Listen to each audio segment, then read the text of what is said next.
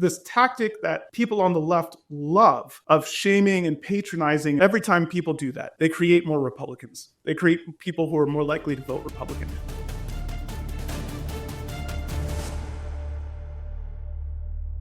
Welcome to Undercurrents, our daily news show from Unheard's Washington Bureau. Today's guest is Musa Al-Gharbi. Subscribe here, wherever you get your podcasts, and over at undercurrents.tv for the full premium experience of the show. We've already hosted a number of thinkers here on Undercurrents from the right and the left in an effort to fully explain Donald Trump's comeback. Journalists and many professional Democrats are pointing their fingers at disinformation and bigotry. Shannon Watts, the gun control activist, posted, quote, "Kamala Harris was not a flawed candidate. America is a flawed country.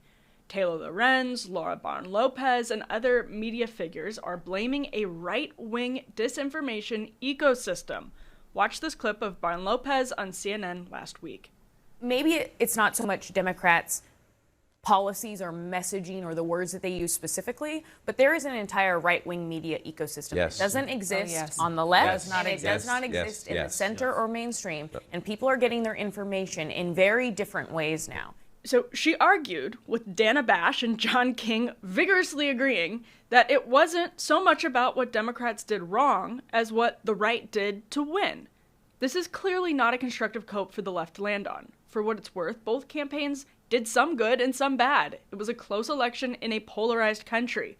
But Democrats lost once again to Trump, while also losing previous levels of support from young voters, urban voters, suburban voters, Hispanic voters, black voters, and working class voters. Watch this clip of Harry Enton on CNN explaining the scale of Trump's gains across the board. Holy Toledo. All right, Trump gained ground in 49 states and the District of Columbia compared to 2020. I went back through the record books. When was the last time a party gained in so many different places? You have to go all the way back to 1992 when Bill Clinton improved upon Michael Dukakis's performance in 49 states, plus the District of Columbia. The bottom line is, no matter where you looked on the map, Kate Baldwin, no matter where you looked, Donald Trump was improving on where he did 4 years ago, except for Washington State. It is no wonder that at this particular point, he looks like he's going to be the first Republican to win the popular vote since George W. Bush back in 2004. Now, today's guest literally wrote the book on the left's drift from average Americans. Musa Al-Gharbi is a professor at Stony Brook University and the author of We Have Never Been Woke, The Cultural Contradictions of a New Elite. He also writes on Substack. Musa, thank you so much for joining the show. It's great to be here. Thanks for having me. Of course. I recently posed this question to Marianne Williamson, and I'm curious to get your take on this too. Many genuine leftists right now are arguing that Bernie Sanders would have won the 2024 election, and I'm curious for your take on that, especially through the lens of your book, because Bernie Sanders himself, let's say, shifted on immigration, for one example. He sometimes spoke the language of so-called wokeness. Would he have experienced some of the similar problems to Kamala Harris? I mean, I think that's a really interesting question. So in terms of, and part of it depends on which Bernie Sanders you mean. So the Bernie Sanders, for instance, that ran in 2016, that was talking about how immigration can sometimes pose challenges for workers in the U.S. and how it's important to have borders, even though it's important to also be inclusive and humane and so on. So like 2016, Bernie Sanders would probably have done pretty well, would have probably outperformed Kamala Harris, I think, in part because he actually had consistently more appeal with normie voters than Kamala did. But, 2020 Bernie Sanders, who moved on a lot of these issues, and as you said, kind of lead into more woke stuff in a bid to win the Democratic primary and respond to some of the challenges he faced in the previous cycle about being insufficiently concerned about identitarian issues.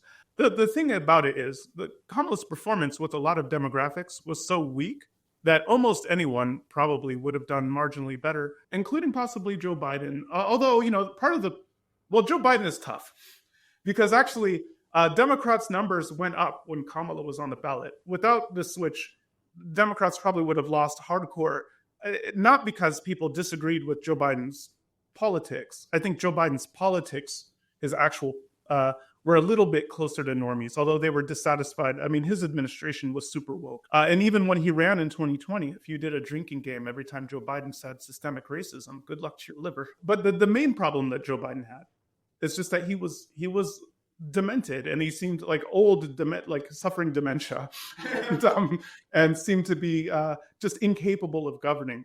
And so Joe Biden was a real problem for the Democrats. When he stepped down, their prospects did improve. The problem is they were digging themselves out from such a place, and Kamala was just a really weak candidate to replace him.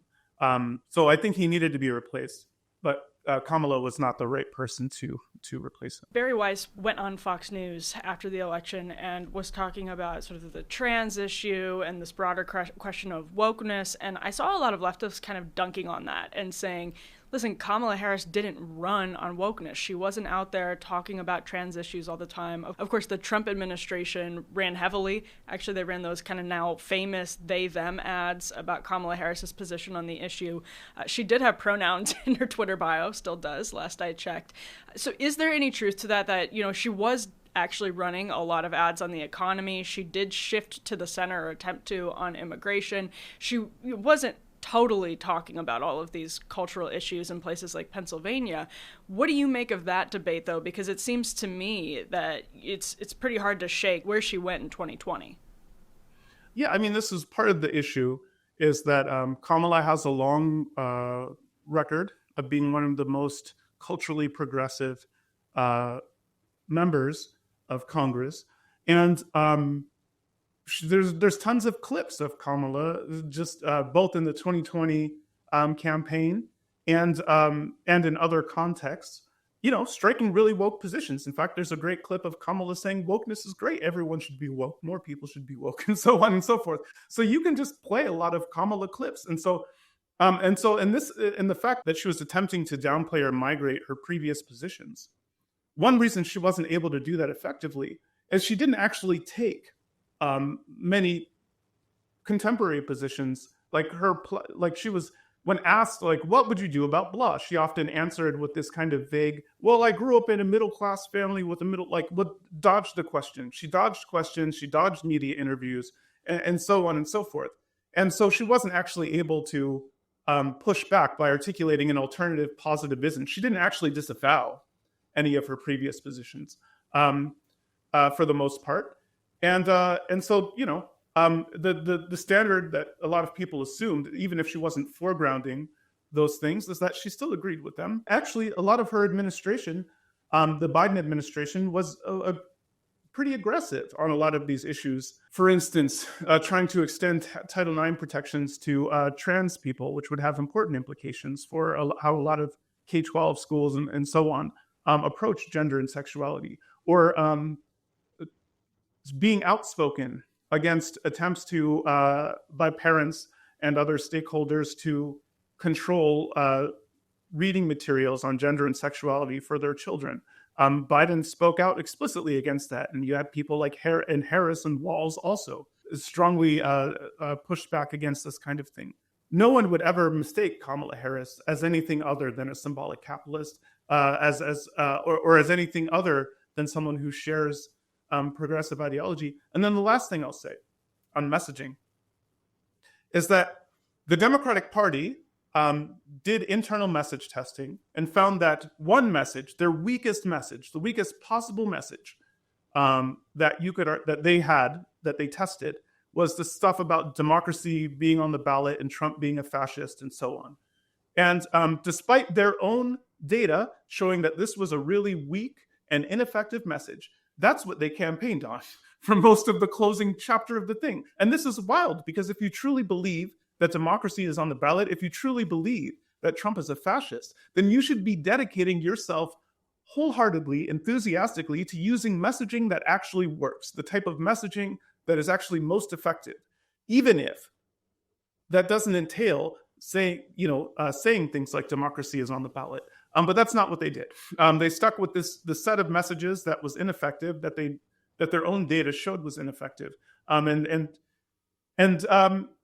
they sent people like Bill Clinton to Michigan, Bill Clinton, NAFTA king, to Michigan, which was already political malpractice. But then he went there ostensibly to speak to Arab and Muslims who were dissatisfied with the Biden administration's position on Gaza, and he's lecturing them about how actually Israel has a right to all of this land. You had Barack Obama doing the same thing to black people, kind of lecturing and talking down to black people, saying that in virtue of being black, they have some kind of obligation to vote for another, like outrageous political messaging in the closing campaign, leaning into some of this identitarian crap.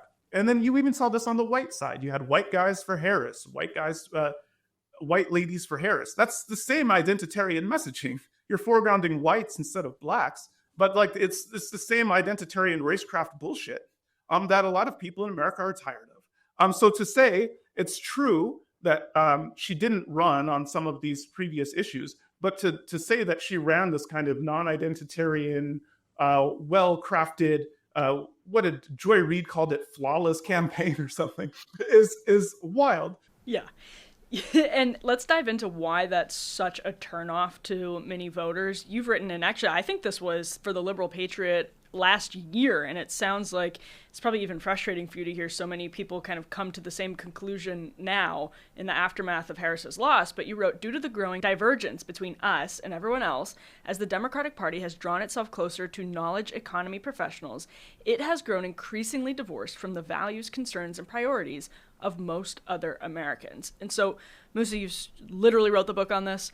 Can you start by just telling us what, you used the phrase symbolic capitalist earlier. Can you kind of break down these categories of knowledge economy, symbolic capitalism, and that I think helps explain so much of what you just outlined? The we in the book, We Have Never Been Woke, is this constellation of elites that I call symbolic capitalists. And like a nutshell version is there are people who make a living by manipulating symbols and data and rhetoric and information and images and stuff like this. So they're people who don't provide physical goods and services to people. So you can think as a shorthand, people who work in fields like consulting or tech, finance, law, education, media, science, technology, and human resources, and so on and so forth. What the book is trying to explore is why even the symbolic capitalists, this new elite constellation, we think of ourselves as being really committed to social justice. And so what you might expect is us, people like us, have more power in our hands, have more influence over society, have more wealth in our possession than ever before. That a lot of social problems would be getting better, and you'd be seeing increasing trust in institutions because of all the good work we're doing and so on. Instead, we see the opposite. A lot of these longstanding social problems are persisting or growing worse. We're seeing growing institutional dysfunction, increasing mistrust in institutions, growing affective polarization, and so on. And so the main thing the book is trying to wrestle with is like, what's going on here? And as it relates to this question about politics, one of the things that the book highlights is that this constellation of elites and the institutions that we belong to, they're increasingly isolated from most of the rest of society. So we live in these, we increasingly concentrated in a small number of these kind of knowledge economy hubs. We take part in these institutions that are like deeply interrelated with each other, like nonprofits and higher ed and journalism and so on. And so we're just actually we don't have a lot of connection with ordinary people and their priorities and concerns. We don't have the same interests. We don't have the same values. And we don't even know how to reach those people effectively. So there's a great study that just came out that showed if you just pull random people off the street and you have people whose job is to do political messaging, so presumably like people who define themselves as experts in political messaging, okay, you can have both of those people evaluate political messages and try to decide which ones they think will resonate more with voters. It turns out that the experts and just randos on the street are equally accurate. We have no more idea than any other random person in America what resonates. And the worst part is, even when we do message testing, so we often have bad instincts about what will resonate, but even when we do message testing and we see, oh, this message works, this message doesn't, as I just emphasized with the threat to democracy thing, we often don't take our own advice. Or when we issue directives to other stakeholders, like people who are canvassing door to door or so on, they often don't follow the advice. So Ryan Enos, political scientist, has a great paper on this. A lot of times, the people who are going door to door, they'll get messaging from the Democratic Party about things that they should, ways that they should talk about issues, things that they should emphasize. And they'll look at that and go, that's dumb. That doesn't resonate with me. That's not what I would want to hear. And so they just do the things that they would want to hear, the things that resonate with them instead. But the whole point is, like, people like them are not representative of America as a whole. And if you foreground the things that are interesting to you, you're probably going to alienate the people you're reaching out to. But yeah, so they have this problem where top to bottom, at every level, we're just the Democratic Party is just comprised of symbolic capitalists, and our main or the core constituency of the Democratic Party is symbolic capitalists. And as a result of that, it's really hard for them to develop and execute platforms and messagings and stuff like that that actually speaks to normies. And even when people try to reach normies, they often face blowback, because we often think of ourselves as advocates for the marginalized and the disadvantaged. But when we come in contact with working class people and so on in their views, when we come in contact with these, we often recoil and immediately try to micromanage them or demean them or lecture down to them and patronize them. Example, after this election, you see a whole bunch of talking heads going, oh, we don't have a Joe Rogan on the right. Yes. What about, and the thing that's wild about that is, for one, Joe Rogan himself he was kind of a Bernie bro for a while. And when Bernie Sanders went on Joe Rogan to reach all these kind of normie people who don't usually read the New York Times religiously or whatever, when Bernie Sanders went on Joe Rogan, he was villainized and demonized for it extensively. So we don't even try, if going on a platform that would allow us to reach normies and involves us engaging with people who are impure, we just decide not to do that. Kamala Harris had a standing invitation to go on Joe Rogan. She declined. And so then after the election, they have all these sour grapes. But this is my point, is we don't even bother, typically, symbolic capitalists don't even bother to try to reach out to normie people who we don't usually interact with in other ways. And when we encounter their views, we often react really negatively. Last point, Lee Fang, who used to work for The Intercept, during Black Lives Matter protests, he went out on the street and interviewed ordinary Black people about their views. He had some people who supported Black Lives Matter, other people who were critical. For including the perspectives of people who were critical of Black Lives Matter, he got a lot of pushback from his peers and other symbolic capitalists and was fired from The Intercept. So not only do we not know what most other Americans think about many issues, but when we try to solicit their views and they say things we don't like, we shoot the messenger for delivering that, for showing us that there's this gap between us and them. It's wild. We're just like really resistant. Not only do we not understand normies, but we're really resistant to doing basic things that would allow us to communicate with them and understand them better. Going on places like Rogan, listening to uncomfortable perspectives from normie Black people that disagree with what we think Black people should want or think or feel, and so on. It's outrageous. Right, yeah. I mean, if memory serves, Bernie Sanders got Joe Rogan's endorsement actually in 2020, and then the campaign posted on Twitter about it, and I think actually ended up, after getting criticized, taking the endorsement down or walking back their acceptance of the Rogan endorsement.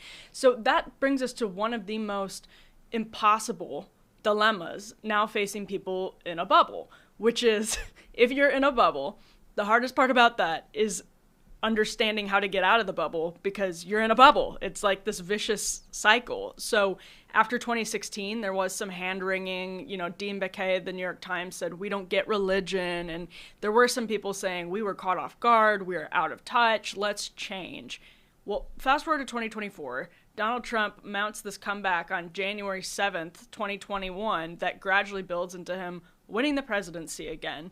And it seems like everybody had doubled down on the direction that helped them lose in 2016, on the left at least. So how can people who are in the knowledge economy actually learn to communicate with and understand, empathize with people outside of their knowledge economy bubble, middle class, working class, lower class? How do they do that? To start with, we have to resist the temptation to pathologize the voters. So this is one of the reasons why nothing was learned after 2016. For like 2 seconds, people were like, oh yeah, we should, but then immediately people shifted to focusing on things like Russiagate and, racism and sexism and things like that as the primary explanandum for why Hillary Clinton lost. And so instead of doing that, I think it would be useful for Democrats and progressives to truly, one thing that we have to bear in mind is that it's actually the kind of fantasy that we tend to have, or what we would like to do is somehow win these other working class voters without changing or sacrificing anything ourselves. This is the big problem that symbolic capitalists have for almost all of the things. We want to eliminate poverty and increases people's dignity and standards. Okay, well, that requires us to cut some fat and make some sacrifices. We can't be an elite and a social, an elite and an egalitarian at the same time. So if you want to do the egalitarianism thing, the elite thing, you need to reconsider that. And so in a similar way, if we want to draw in a broader swath of the public, the idea that we can do that without changing or sacrificing or modifying anything about what we currently believe and how we currently go about our business, that we can fold in this broader swath of the public while sticking to what we're doing, basically. That's one of the first ideas that has to go. If you want to build a tent with people, if you want other people to be included in part, then you have to make concessions. The idea that we don't make concessions, but we'll somehow get them to come with us, doesn't work. Second, I think it's important for people to actually pay attention to the needs and priorities of the people we're trying to help. So often, for instance, if we want to know, well, what do Black people think about, say, policing? We don't consult or conduct nationally representative samples of African Americans to dig into their public opinions. We don't even typically just go out into the communities of people who are affected by over and under policing and try to find, what are their priorities and concerns. We don't do any of that. We go, oh, well, let me look on the New York Times or the Atlantic. What does Hannah Nicole Jones think? What does Ta-Nehisi Coates think? And the problem with that is that people like the kinds of people who become columnists for the New York Times or the Atlantic and so on, we tend to not be particularly representative of the groups that we are held up as representing. We have different values, we have different interests, so you can't just look at Black writers in the New York Times and think you understand Black people. That's just not the case. And my book goes into deep detail about explaining to people why that's not the case and how radically that's not the case.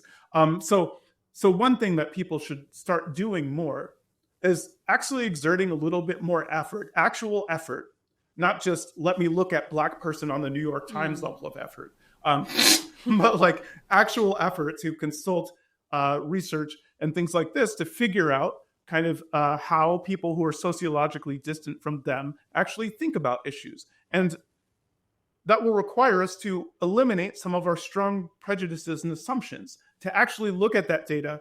And so, for instance, one thing that I do, I write for left-leaning outlets, I write for right-leaning outlets. So I write for the National Review, I'm a columnist for The Guardian, I write for the American Conservative, I also write for Salon and The Nation.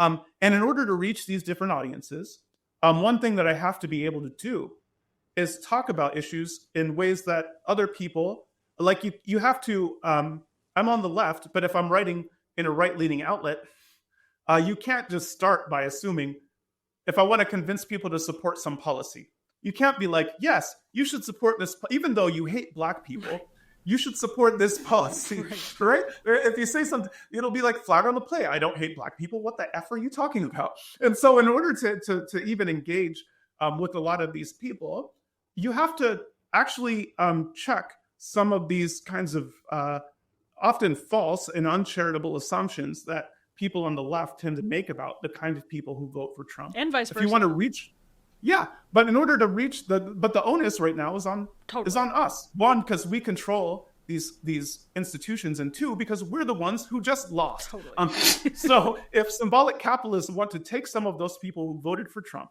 and get them to vote for people like for their preferred political candidates down the line, they need to engage with those people in a non-condescending, non-patronizing, non-judgmentally way. In fact, there's a ton of research. When you try to humiliate or shame people, the modal response, humiliation, shame, this kind of patronizing, condescending, that only leads to outcomes that people want and under like very narrow, highly constrained circumstances. The main reaction that you get when you try to shame or disparage someone is backlash, which is to say they move in the opposite direction that you want. If you try to shame people into voting for Democrats, they become more likely to vote for Republicans. And so this is very, very important for people to understand. This tactic that people on the left love of shaming and patronizing and stuff like that, every time we do that, every time people do that, they create more Republicans. They create people who are more likely to vote Republican. So this is an example of a low-hanging fruit. If we want to, so you have to reach out to the people who voted for Trump. You have to set aside some of these strong presumptions that a lot of people of the left have about those people and why they behave the way they do and what they think. And you have to set those aside and actually do research to investigate or just engage with them and find out organically. And you have to not be shaming and condescending and this kind of thing. This whole impetus on the left to do this kind of a thing is one of the main things that alienates people from the left. And this has been the case for a century now. George Orwell has a great book called The Road to Wigan Pier, which is about how even in the 1920s, one of the main things that inhibited the left from being successful in reaching people is precisely this tendency that we have to judge and condescend and talk down to and try to micromanage other people and their views and their behaviors. We just can't do that. It's poison for the left, and it has been for more than a century now. Someone should have told Barack Obama, voracious reader, that when he was talking to black men, and then Democrats ended up losing a lot of ground with men, male voters, and ultimately even a little bit of ground with black voters. Aren't the Democrats supposed to be the trust the science party? Well, then they should look at their own message. They should actually follow their own messaging advice, and they should consult with the available social science research that shows that a lot of these messaging techniques that they do, the shaming, the humiliating, the condescending, the patronizing, like the overwhelming expectation that they should have from this, from tons and tons of research, is backlash.